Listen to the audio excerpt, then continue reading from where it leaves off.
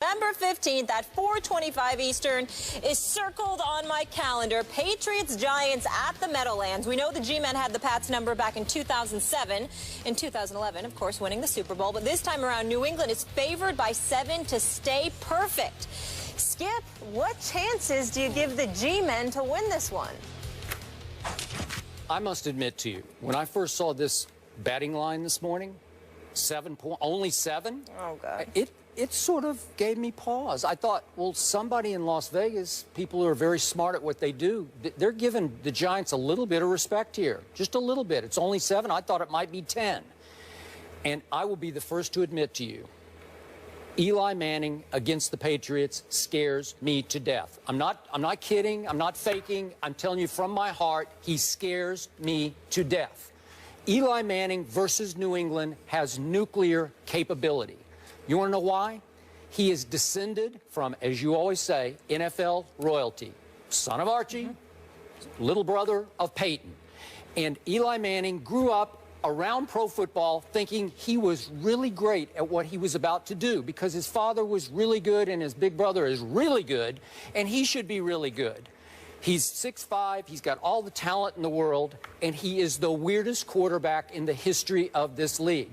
I never know what to make of him. You say Jay Cutler is emotionless and hard to read, and what's your other word, apathetic or whatever.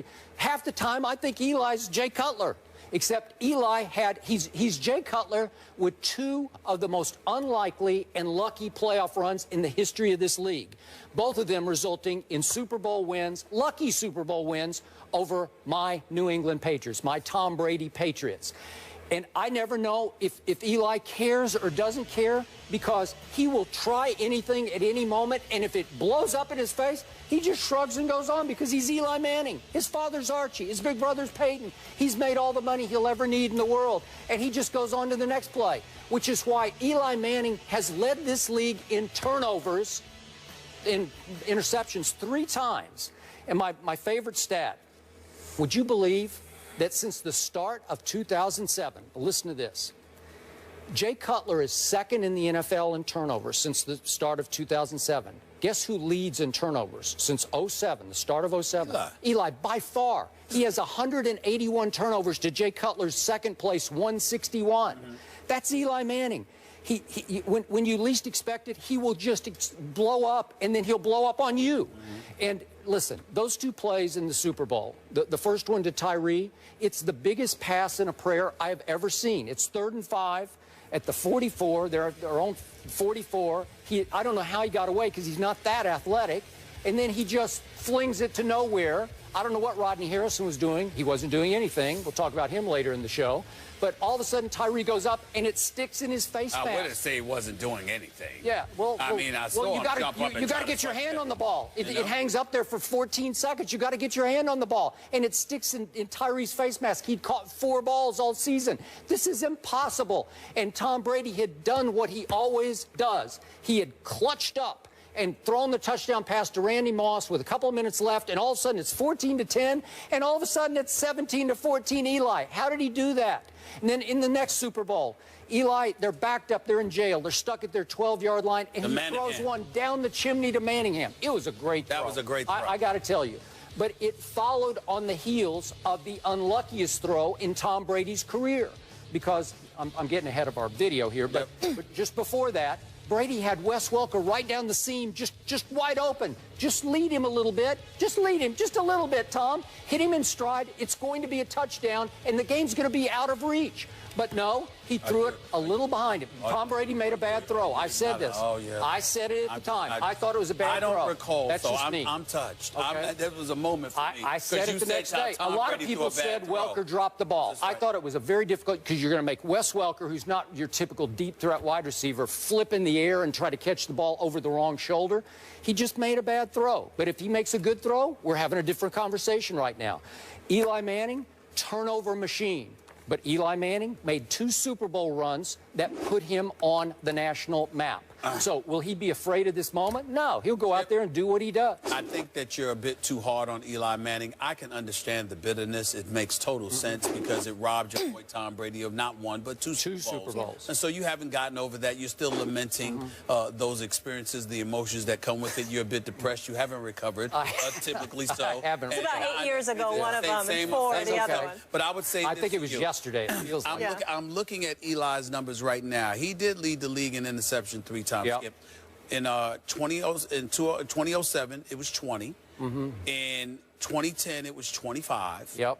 In 2013, it was 27. 27. 27. So that year he had 18 touchdowns to 27 interceptions. Is it? No. It says here. I'm just. Okay. I'm just looking at. No, I was just wondering because that was the year they won the Super Bowl. That's right. It was the year they won the Super Bowl, but he had 20 interceptions. Wow. He had 20 interceptions.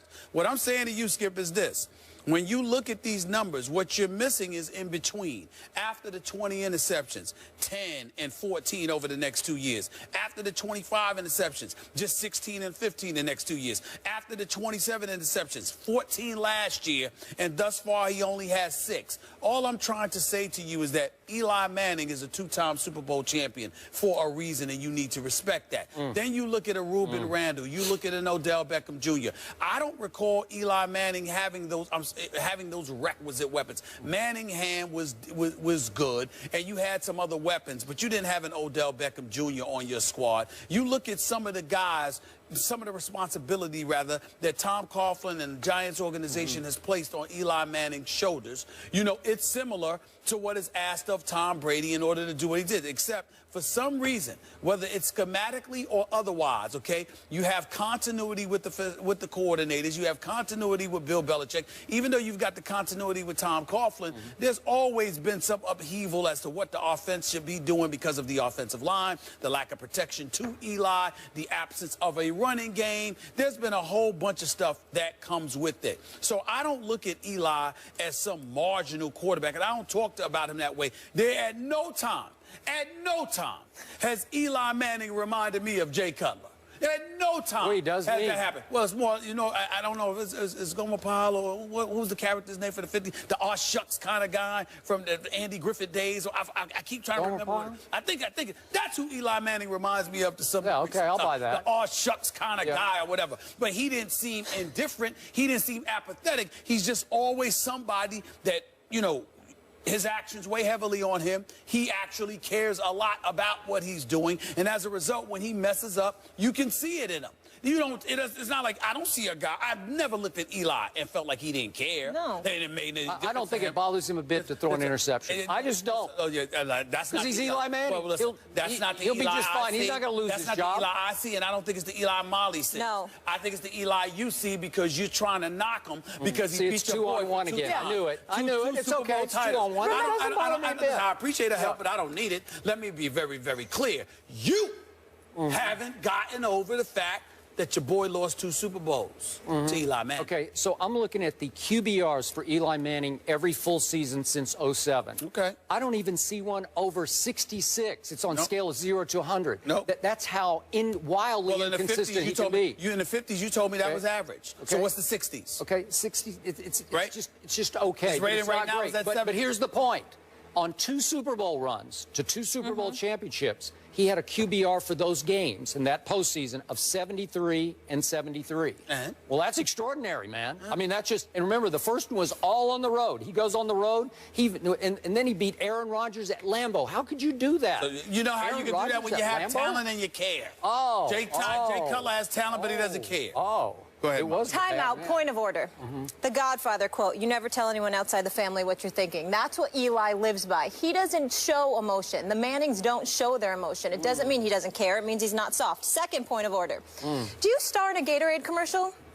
Did I? Yes. Yes, you did. Yes. Well, I think star in. We're all champions. Excuse me, we're all champions cast in that. Do you think Eli doing his rings? Do you think they said, let's cast the weirdest quarterback in the league, or let's get champions for this commercial for Gatorade? They were torturing me to put me just after Eli. Just a couple of frames after Eli. I had to watch him do this to the camera with 2 rings, and then I have to say it. They cast him because he's a champion. Yeah. That's right.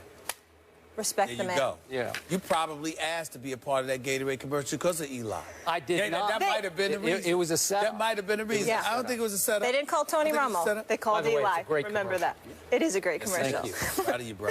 Rex Ryan isn't pulling any punches versus the Jets this weekend. The guys will react after the break. Good old Rex being Rex. More First Take in a minute.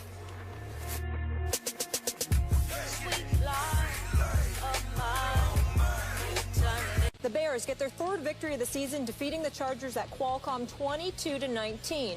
Phillip Rivers threw for 280 yards in the loss, giving him 3,033 for the season. That marks his 10th straight season with at least 3,000 passing yards, tied for the fourth longest streak in NFL history. Pretty impressive. But his team has just 2 wins this season and holds the last spot in the AFC West. Skip, how would you rank Phillip Rivers' career? I don't know for sure. This guy baffles me. He's always baffled me.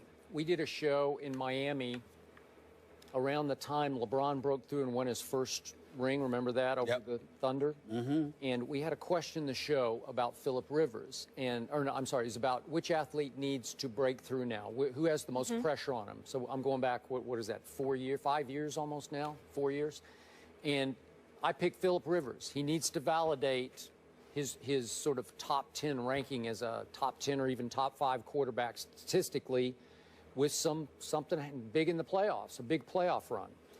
And the only way